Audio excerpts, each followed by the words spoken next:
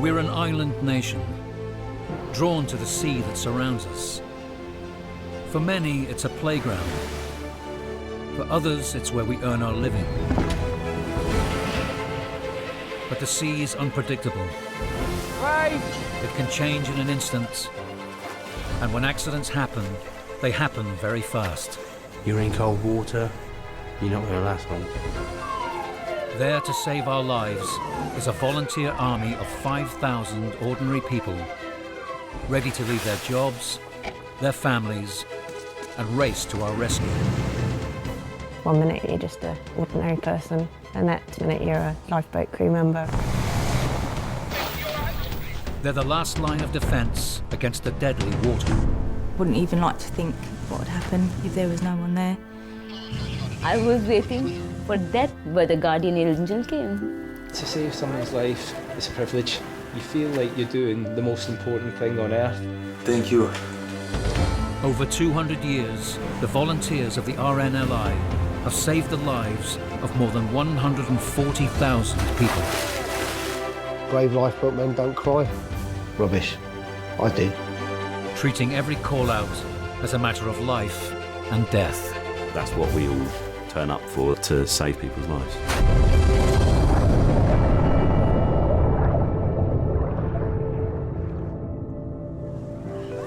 Summer in Blackpool. The population has quadrupled with the influx of tourists. This afternoon, the sea temperature is a cool 12 degrees, and there's a strong current. A call has gone out for help. Attention. What we're doing, both going in this? Person in the water on the side, Liverpool, affirmative, we're just about to launch. The Blackpool team is made up of 35 volunteers. If you look at it broad brush, in 238 locations around the coast of the UK, right now, upwards of 30 people per location will drop anything they are doing to run to eagerly get in some form of waterproofs, get on board some form of orange and blue thing and go out to sea to save somebody. All right there, bud. That is pretty awesome. And there's nothing else that exists like it in the world. We just arrived at South Pier. Any further information, over? 7 minutes after the alarm was raised, the lifeboat is on scene. Colin, who worked as a commercial skipper, is at the helm.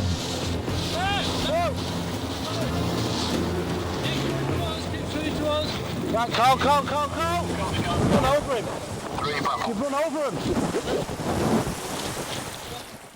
The drowning man has been kept above water by a lifeguard until help arrives. 2.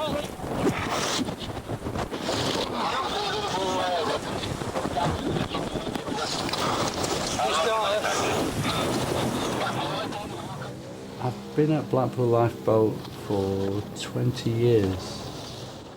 People do underestimate the power and nature of the sea. They're very naive to the dangers. They do make you think about life and death in a different way. You do realise how easy it can all finish. 1 minute you're having a good time messing around, and next thing that's it, it's done. It does make you appreciate life a bit more. Something first. Who's getting ambulance? Ambulance guys up there. Yeah.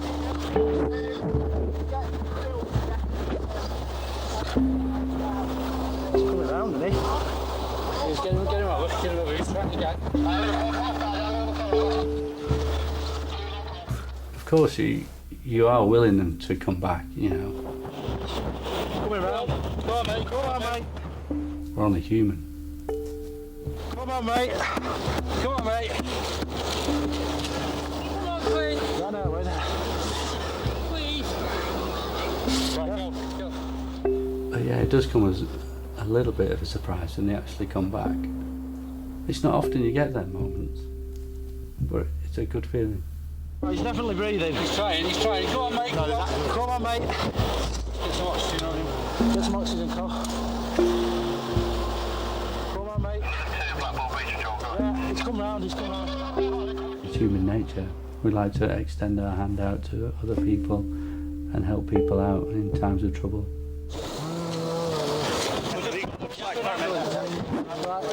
Go, go, go. The man was taken to hospital and was later able to return home. We got there, one of the beach trolls that got him was holding it up. Holding him up, yeah? Yeah, I ran them both over. And we pulled them in. I heard you apologise when you... Excuse me. The volunteers from the lifeboat crew went back to their day jobs.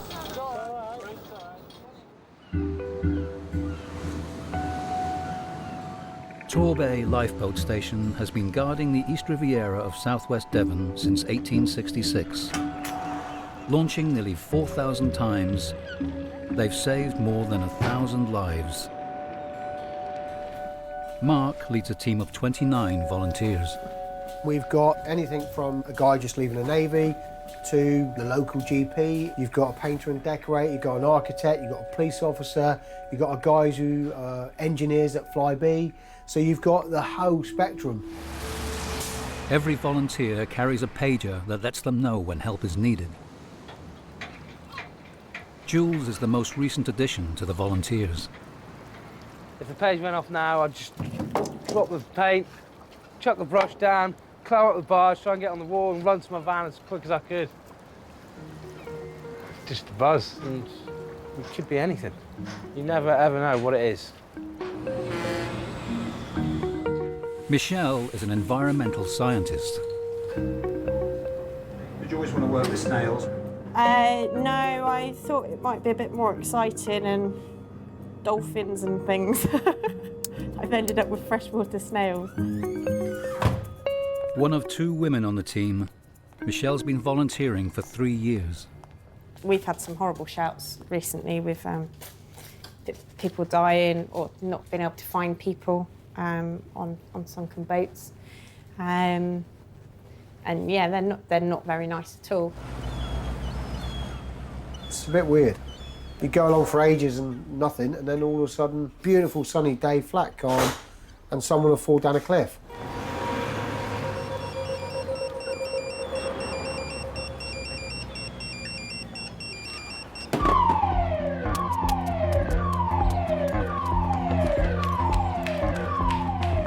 The pagers have gone off. In Torbay, they aim to get enough volunteers to the station to launch within 10 minutes.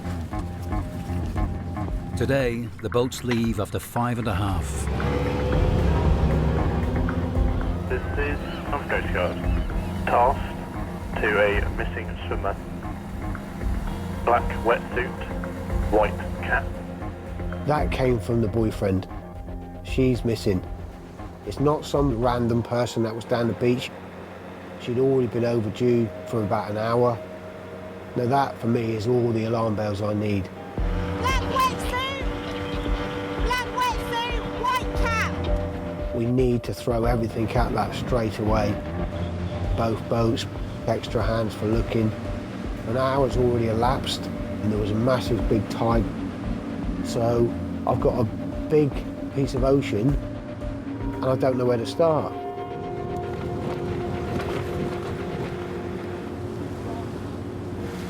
On average, 160 people a year lose their lives around the UK's coast. Still can't see anyone. When they said an hour overdue swimmer, you know, a lot of people have struggled to swim for an hour, let alone be an hour overdue. The sea can quickly take you if you're constantly fighting and panicked, then you become very quickly exhausted, and it doesn't take very long to drown, so you need to be quick. You need to be really quick. Definitely a race against time. You need to be found, and it is extremely difficult.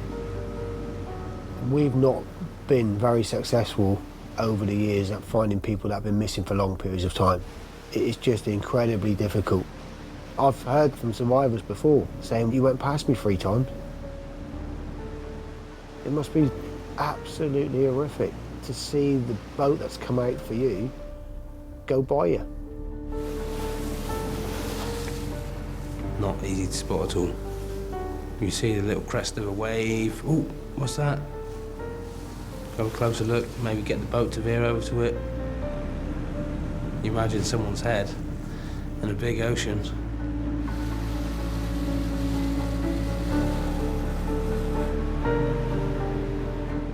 A dot in the ocean, basically. That's what it looks like. There! I've got him! Yeah, dead ahead. In line with those people on the beach. Just there, look. Yeah.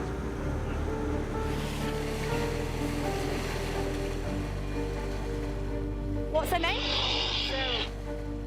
Are you Cheryl?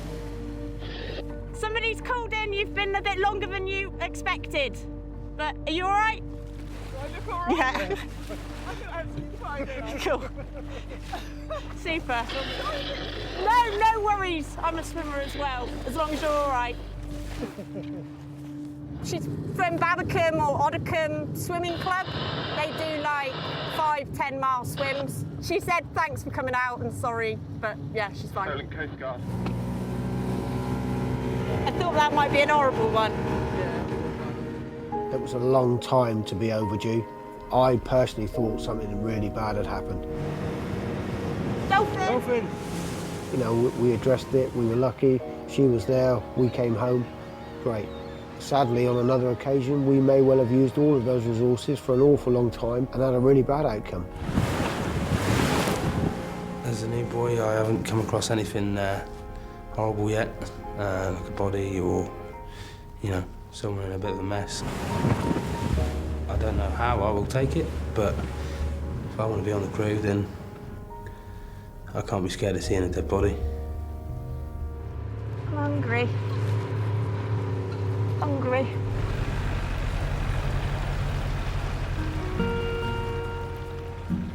The only time I ever see her is when she's hungry or she wants something. The lifeboat comes first, so she tends to hang around waiting for shouts. Unfortunately, you get quite a few numpties that go out on boats. Who's this, Evie?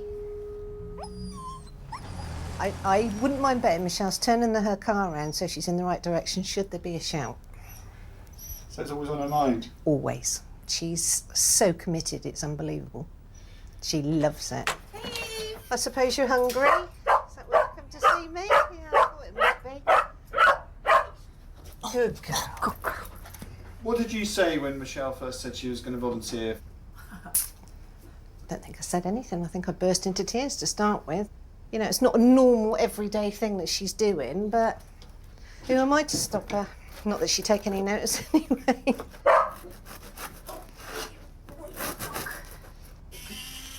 We just need to find Michelle a man so that somebody else can take over and look after her. Lifeboat man? Any man, anybody that'll have her, I don't really...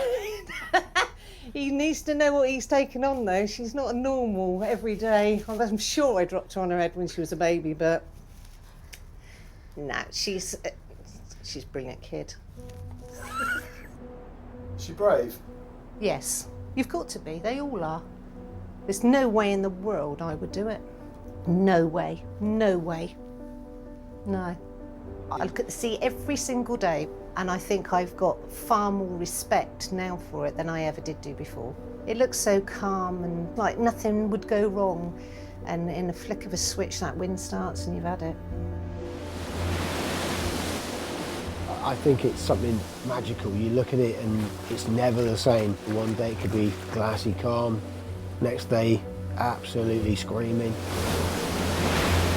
White water everywhere, blowing a gale.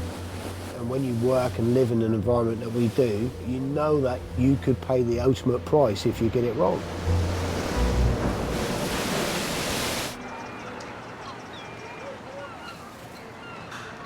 Just to run through the events of the day, anybody who's not in the lifeboats this morning, can they tend on with the parade, please? 36 volunteers guard the waters around Newquay, led by fishmonger Gareth. Have you lived in Newquay all your life? Not yet. Right? Yeah. My great-great-grandfather was in Newquay Lifeboat on the very first shout in 1864. To a schooner ashore just across the bay. That was in the days of rowing and sailing lifeboats. Times have changed since then. This is our Atlantic 85. She's one of the fastest vessels in the RNLI's fleet. Now this is our D-class lifeboat. Both of these boats were actually donated by bequests. So somebody's left us the money in their wills to buy both of these lifeboats. What does one lifeboat cost? The Atlantic 85 current costs about 240,000. For one boat? For one boat. It is a lot of money, there's no question about it. But after all, the crew's life is in the hands of the boat. A call's come in. A young boy who was on a scout trip has ended up hurt in the water. 12-year-old boy in the Gazelle with suspected spinal coasteering. Well, coasteering again? Yeah, same place again. Coasteering is going around the cliffs, jumping off rocks into the sea. It can go badly wrong. It's very easy to land badly, and if you don't land at the right angle, it's like hitting a brick wall.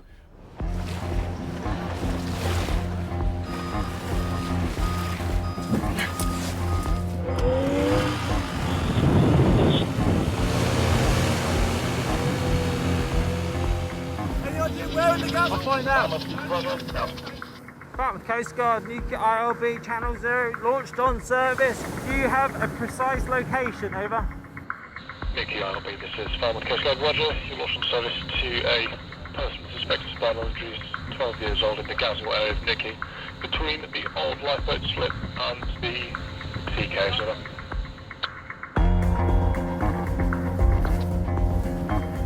Blackpool Coastguard, Newquay ILB, we have them visual. We're coming up to them alongside now, over. Within 3 minutes, the lifeboat is on the scene.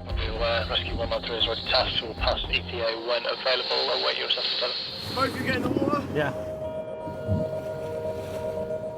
The crew have all been trained in casualty care. Tim is going to take over from the coasteering instructors, who have been trying to keep the boy afloat.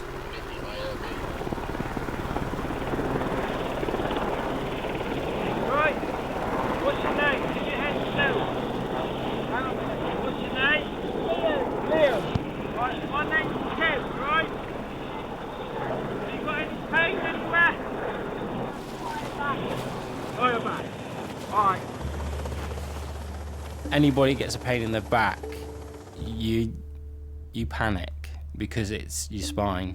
How far did you jump? 30 foot? Usual place? Yeah. Slight movement, you know, it's like jolt.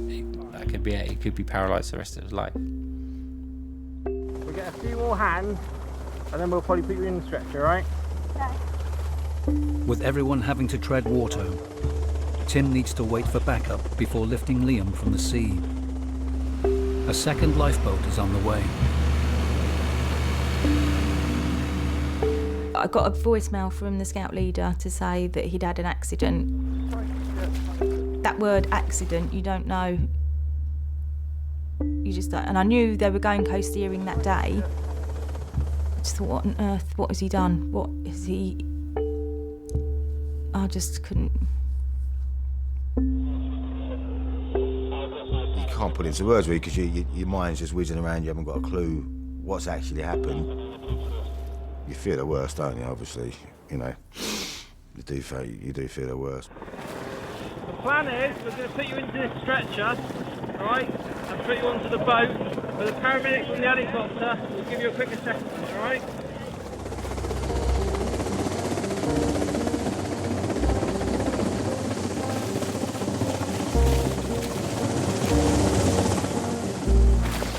Are you shivering because you're cold? Yeah. Yeah? Alright. We'll do it as quickly as we possibly can. The challenge is to immobilise the casualty so that we can safely get them aboard the lifeboat without doing them any further damage. Right. I've got the net. The person that's holding the head is calling the shots. If you feel any pain, just let us know, okay? You chose to hold the head. I did. Big responsibility. Very big, that is, yeah. If you could move the float, Slightest little movement, it could change his life. hold his leg. Are you a confident person? Not really. Ready? On 3. 1, 2, 3. I'm a quiet type, I think, but I needed to do the job that I was there for. Towards you a bit. I suppose that's part of the adrenaline, though, because it's pumping all the way through. So you do become more confident. Alright, mate? Yeah, Are you in pain? a little bit on my back. Okay. No, I don't want you to move, Liam. I want you to stay perfectly still, okay? What we're going to do is we're going to get you over to that beach, and we're going to take a better look at you, okay? Okay. Okay, good lad. Said it was his back, and you don't know what they mean. Has he broken his back or broken his spine, and he's not going to walk again? In my mind, I was right. We're going to deal with it. All these things go through your mind. You got the head? Yeah. Right. Did I do the right thing sending him? It's very hard as they're growing up to let them go. You happy there, babe? You want us to come up? But you try and make the right decision, and they have to find their own way. He's 12. He needs to go and do and experience things. Falmouth Coastguard, this is Newquay ILB. We're proceeding to Tarrant Beach. We might have to divert to the Newquay Harbour if there's any surf. Over. I'm quite shy, I don't really try anything new. That's why I did the scout trip, because I knew there'd be like a lot of challenging stuff I could do. I was quite nervous, but I went for it, and I sort of panicked. Forgot what I had to do, like keep straight, and I sort of leant back, flipped, and landed on my back.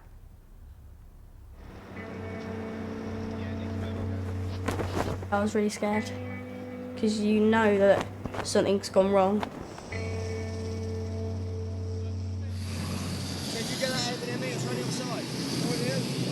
Right, you're gonna have to take both because I'm gonna have to stay with the boat. Alright, you got the end? I just wanted to get out and just go home and see my mum. Because I thought my mum would be worried, my dad would be worried, and I didn't know how bad the injury was. So I just did what they told me and kept still. Right, let's get out of here. With Liam safely transferred into the care of the Royal Navy medics, the crew returned to base. Back to the day job. Yeah, back to the day job. What do you do? I'm a cleaner, health centre. So. Does that have, is there room for adrenaline surges there? No. It's just carry on, do what you need to do. Though the vast majority of UK lifeboat stations are on the coast, the busiest station is actually here in central London on the River Thames. Yahoo! Pizza! It's so busy that the station has to be staffed around the clock. Volunteers do 12-hour shifts led by 2 full-timers. Definitely got its own vibe at Tower. At our station we are literally living, eating, sleeping with each other. That sounds very wrong. We're very much in each other's pockets all the time.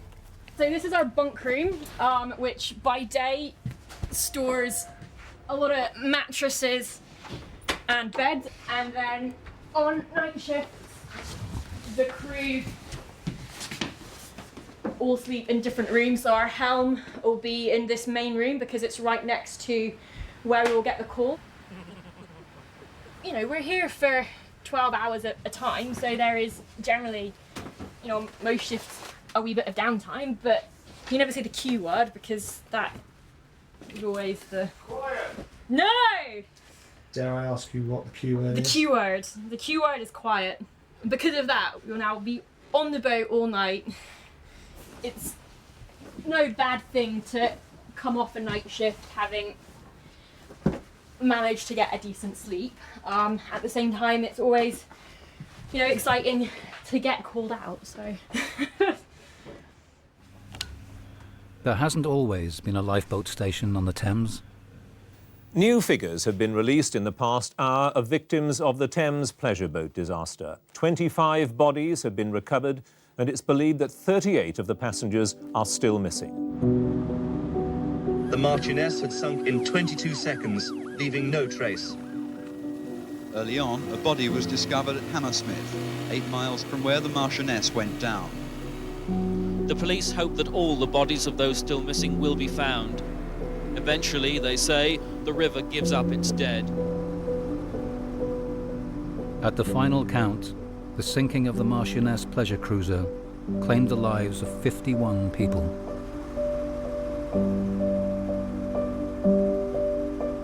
So many souls were lost, and sadly the rescue network was not there that could deal with that incident, that number of mass casualties. The Marchioness tragedy led to lifeboats being introduced to the Thames.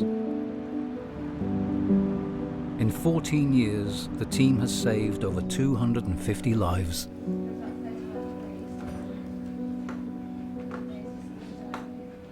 If you went to some hardcore coastal lifeboatman, they'd sort of say Thames isn't lifeboating because there's no waves, there's no breaking surf, and you don't go 25 miles off, and it's not dangerous from that point of view, and it isn't. But it is water, and it is cold, and it is fast flowing, and it's dangerous. You mix depth with fast flowing with cold, and you've got the perfect combinations for sort of human disaster. 2:50 a.m. Two boys have been spotted in the water near Westminster Bridge. The crew is expected to be up and off the station within 90 seconds.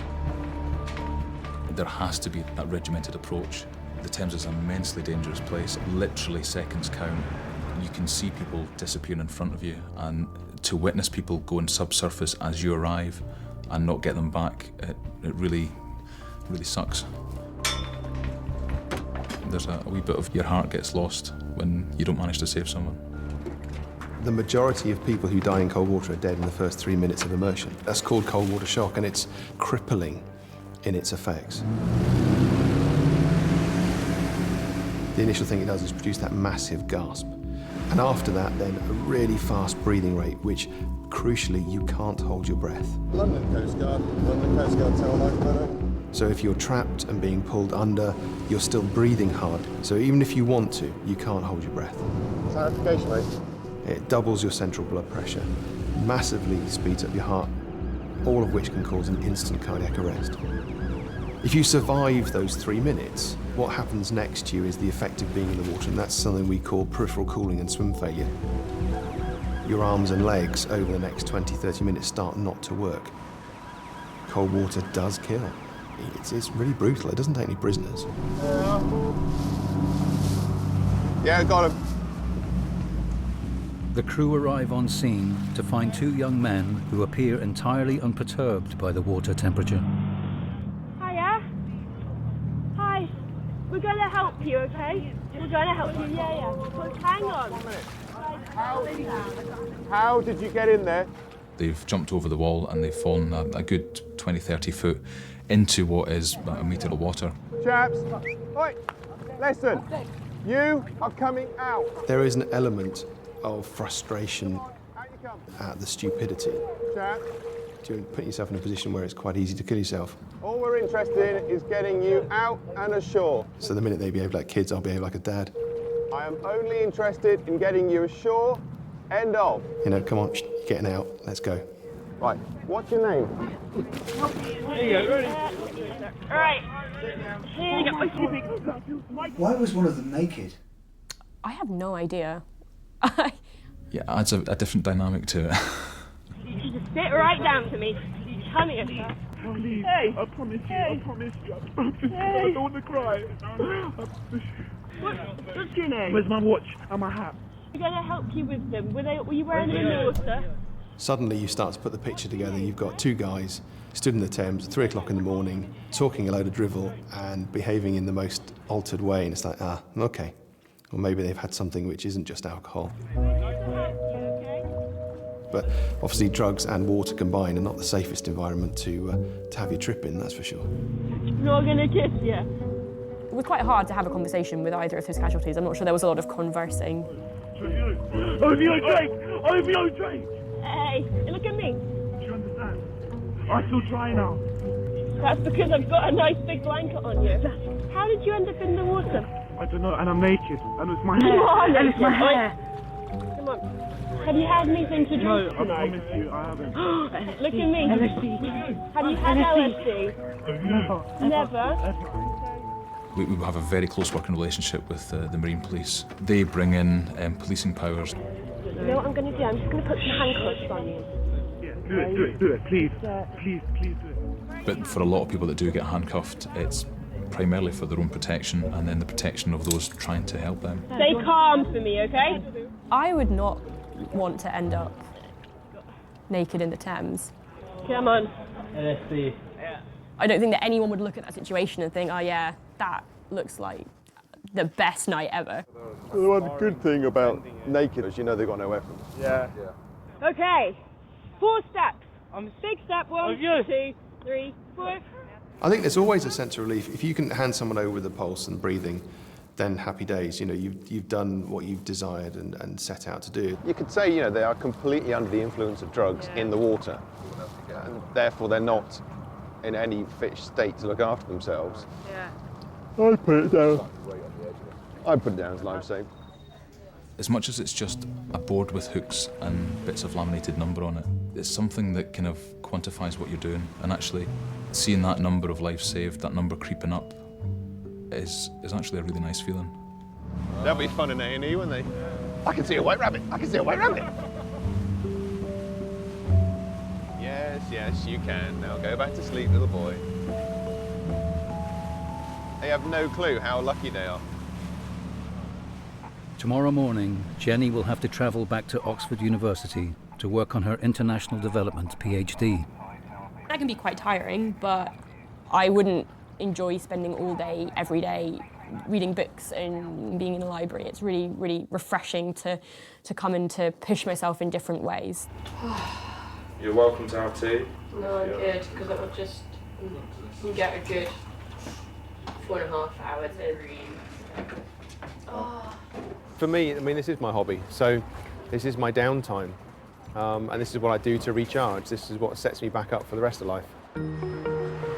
On the Thames, the average shout is just over a mile away. In Eastbourne, they have to cover not only 12 miles of coastline, but also halfway out across the English Channel, where in summer there are many hundreds of boats on the water every day.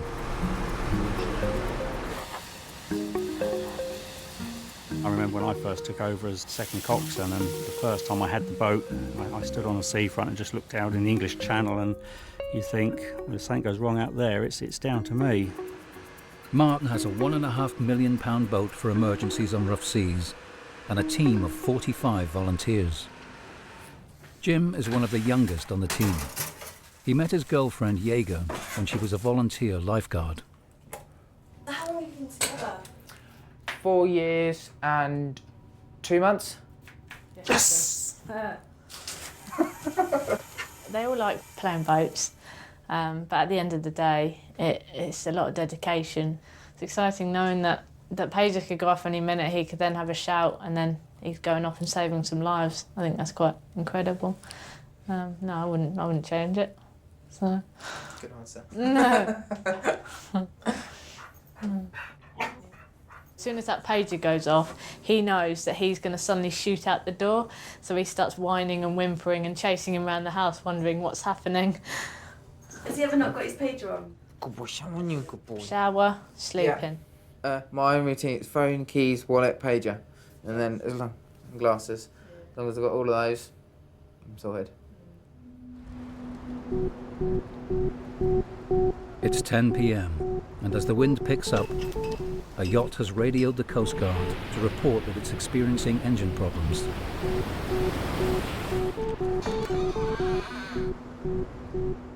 The volunteers have been put on standby. Good evening, it's Market Station. Just watching 24. It's a TV series, and then I heard it all start, so I thought I'd come down. Never got into 24. It's quite good, actually. Out at sea, the yachtsmen haven't been able to fix their engine, and the coastguard requests the lifeboat to launch.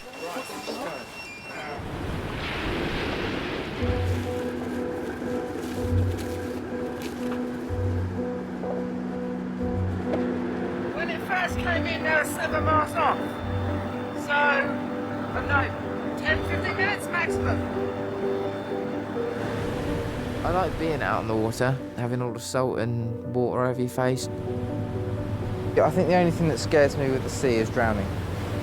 I would hate to drown, because you'd be basically dying in the thing you love. Spotlight, do you want a spotlight? 20 up just in case, yes. Do you fear drowning? Yes. Yeah. We've been out to enough people that have unfortunately lost their lives to drowning, and it's not nice.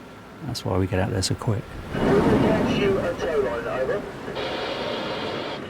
Okay, roger that. You will pass us a tow line. Ready? The yacht is crewed by an Italian, a German and a Dutchman, who have just started a round-the-world trip. On the end of that line. They began in Holland and have managed to cross the channel, but now they're drifting and are unable to get to land. They'd lost drive, they had limited steerage. They were going to try and get to Brighton, but the weather was so difficult, you know, the wind and tide trying to beat against it. Safest option was just to call for help. It takes just over an hour for the lifeboat crew to tow the yacht back to the safety of the harbour. Thank you very much. Oh, you're more than welcome. So the engine just runs at 5 revs? The throttle system there, I cannot engage, disengage, not good enough if you want to go into a harbour, I think. What happens now? Go home. Go to sleep.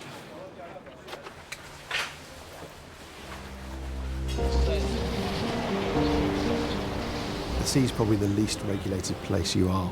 You can just go and buy a boat and go and drive it up and down with absolutely no clue about what you're doing. It's not the greatest idea on the planet, but you can do it. I think that makes it the last sort of frontier, really. People can go out and can just do what they want to do. Unfortunately, you could spin the coin and say there's regulations about everything to keep people safe, and that's why we get the incidents at sea we get, because actually they can go out and be free and then they can get into trouble.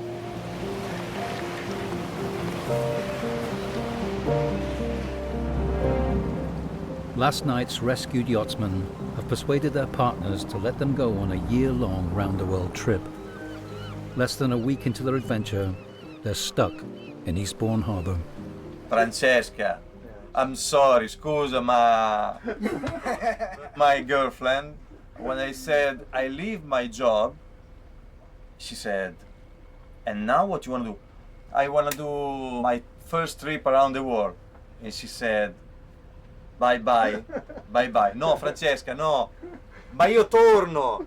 But we come back. So you gave up your girlfriend? Yeah. Just for this dream? Yeah, this is a big dream. And it might be just a dream, but we're going to try. If you're not scared by the adventure, then you're not clever about it. It is a little bit scary. Last night, we definitely needed help. Better safe than sorry to call in those guys, because they know what they're doing, and at that point we didn't know. But once you accept that line, you will be safe. That's the good part of it, so that's the most important. But you also have to admit a little bit of failure. So that's hard to do, but you have to do it.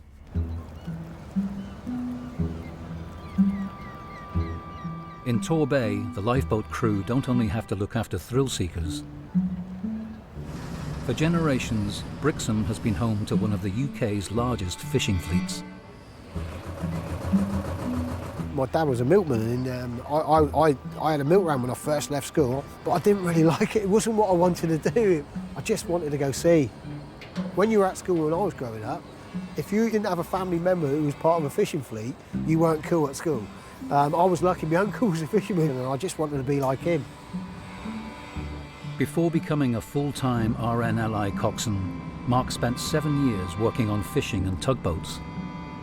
It's a lonely place. You know, when it goes wrong at sea, you can't walk out of trouble, you can't swim away from trouble. You're reliant on someone to come and help you. It makes you appreciate and makes you want to go out and help other people. In 2008, Mark won a bravery award for leading a rescue to the Greek cargo ship, the Ice Prince. The 6,500-ton vessel began to capsize 26 miles out in rough sea.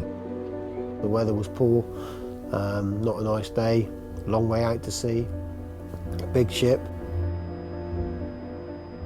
pitch black.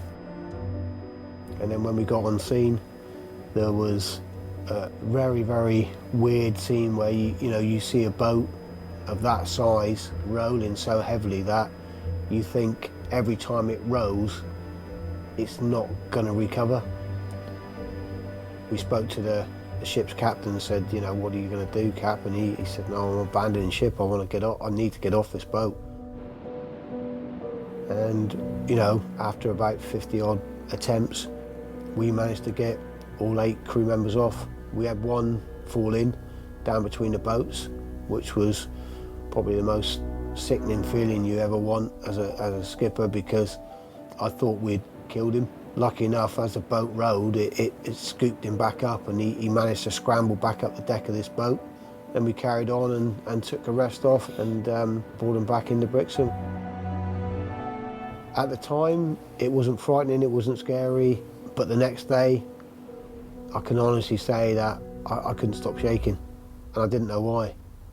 I was just having breakfast in the morning and I couldn't keep my legs still. It was just shaking. I think that was a reminder then that this is real and it could have gone down a different avenue. The pager's gone off again. A family with young children are in trouble. Their speedboat is sinking. Michelle is the first at the station. You won't hear the siren very often, it depending on which way the wind's blowing. But people will come in where they've heard it and said, oh, the siren's just gone off. And what goes through your mind? Nothing. I don't know. I don't know if she's been picked, if she was there in time to go. I can worry all the time. I would have been in my grave 20 years ago. She would be a very sad individual if she didn't have the lifeboat. It's as simple as that. Do you really think that? Yes, I do. She'd be definitely missing something in her life. I don't know, it's just something exciting to break up what can be sometimes a bit dull of a life. I think everyone needs excitement in their life. I just maybe need a little bit more than some people. I don't know, I just like the unknown of what's going to happen. I just really enjoy that. Sounds like a speedboat sunk.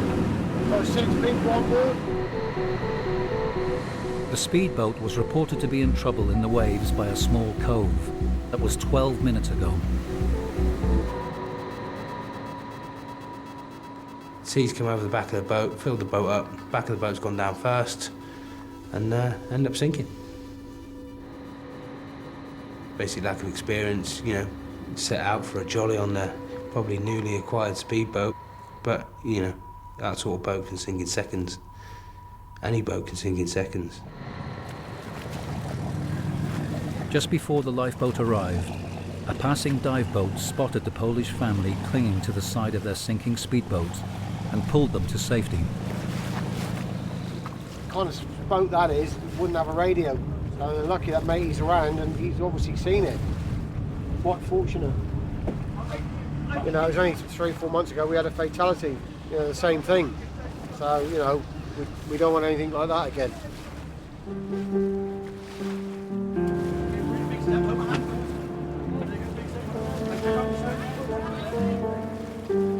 We had a really bad incident recently where a boat had capsized and a young girl lost her life, and you know, we were all quite raw after that.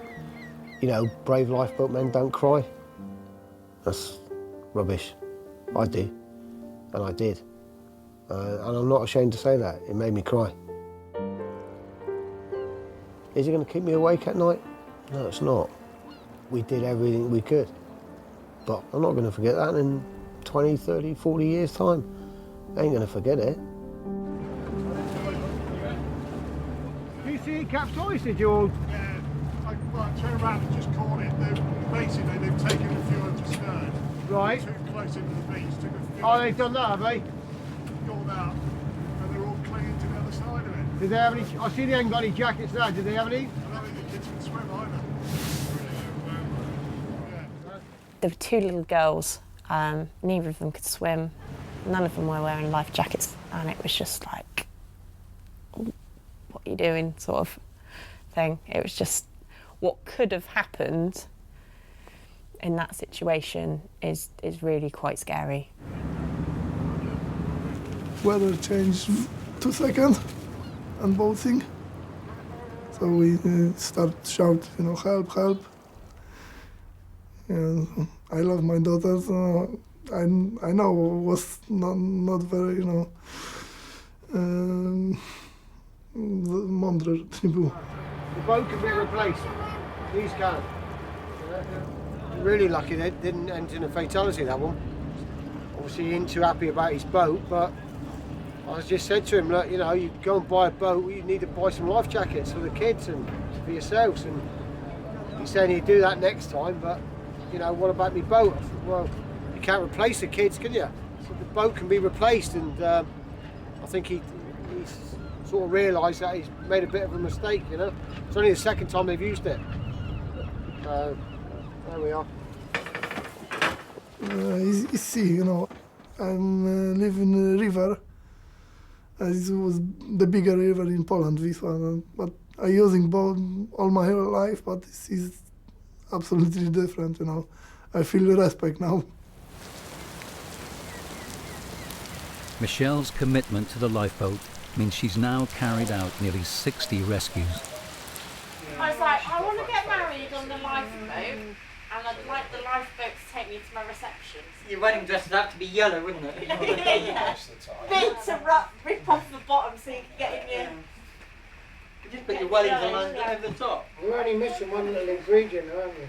We need to find a man. I need to find someone to marry. Yeah. It's the only bit you're missing, is the man.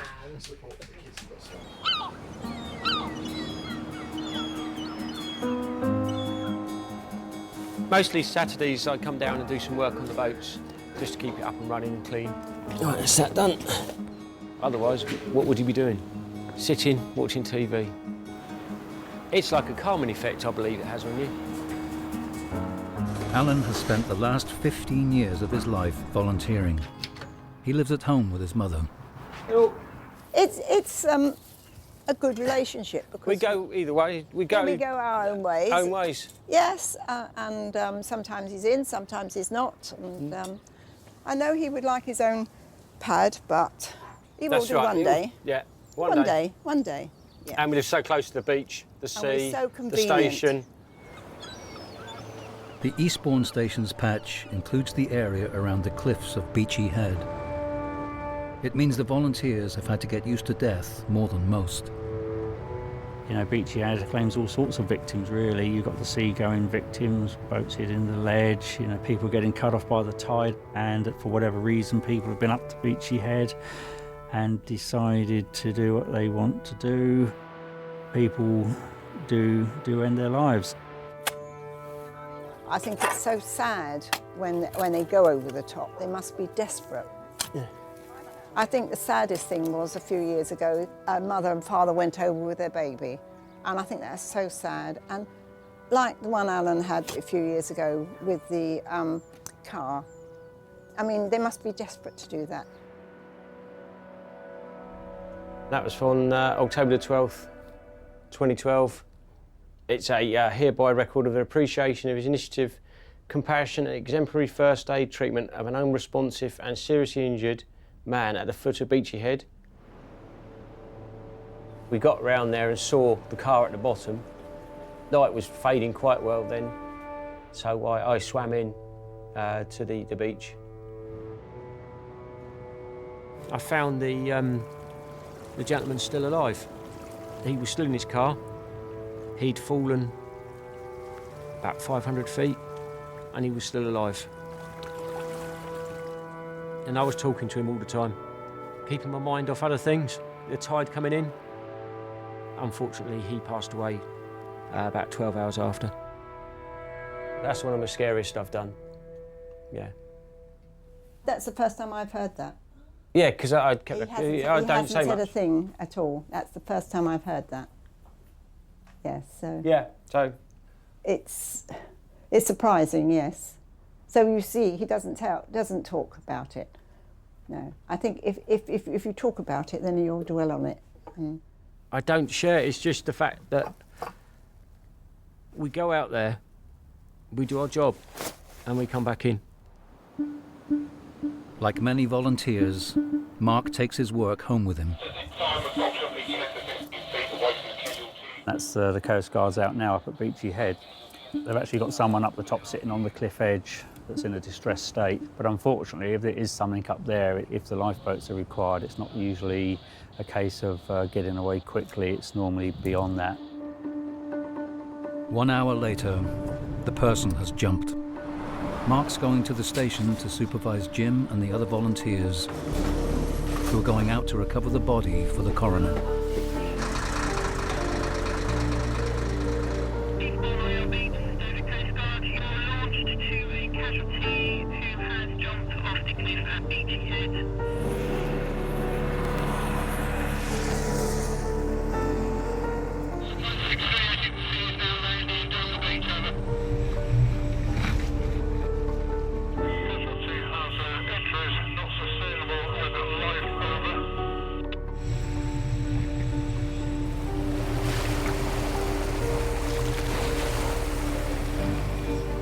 First time I was a bit curious for what it was like, not in a nasty way. I just want to see what how it was. You think, how am I going to take it? You know.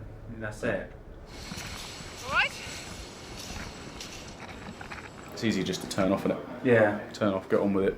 Think about it later, I suppose. You boys are volunteering for this shit, yeah? For lifeboat crews all across the country, dealing with death is as much a part of the job as saving lives.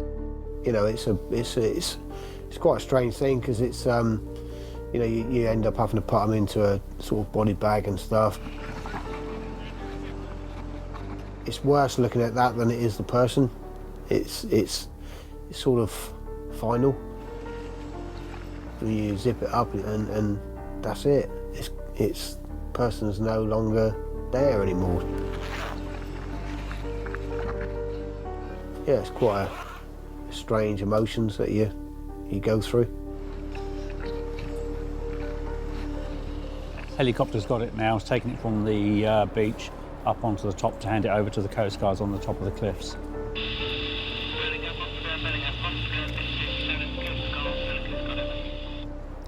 There's the helicopter now. It's airborne up the top. They say it should be coming.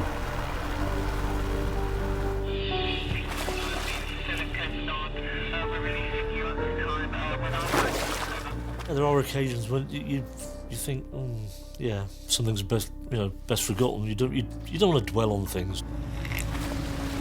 But yeah, certainly there are occasions that, irrespective of how much you'd like to forget it, you can't. The body recovery has taken 4 hours. It's the 5th one Jim's been involved in.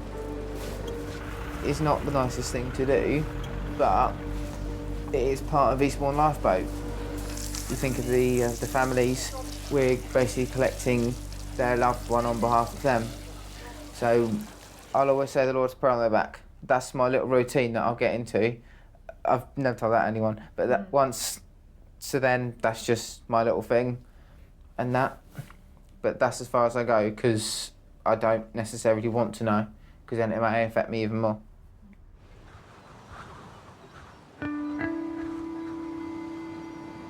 The draw of the sea continues throughout life and death. This morning, the Eastbourne crew is returning to Beachy Head. They've been asked to scatter the ashes of an RNLI benefactor. You know the wind's going that way. Wind's going that way.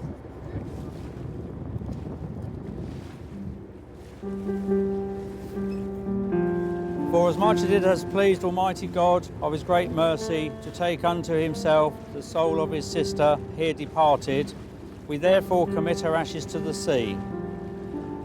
Ashes to ashes, dust to dust. Just observe a minute's silence, please.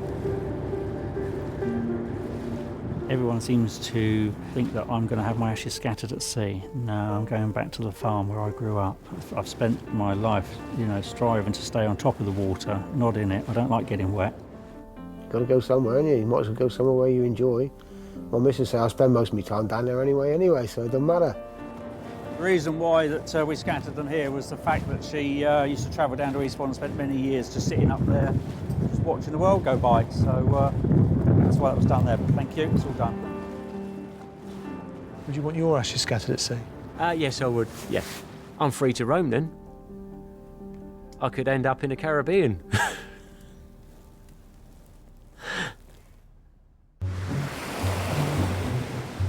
The rescued yachtsmen are also dreaming of the Caribbean, but their round-the-world trip has fallen far behind schedule. My wife's birthday today. The present will be in the mail. Also next year's present still. It will be another year. The boys, pulled from the Thames, spent the night in hospital.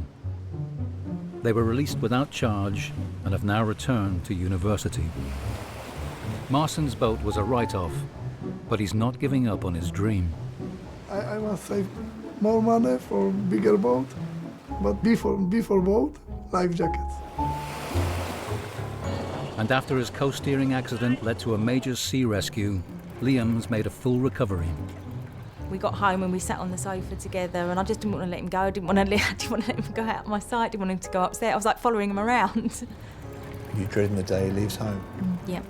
I hope he's going to stay at home forever, till he's at least 30. Liam is still intending to go on next year's scout trip. I think I'm going to do like roughly the same sort of stuff, just hopefully with no accidents this time. Feet are staying on dry land.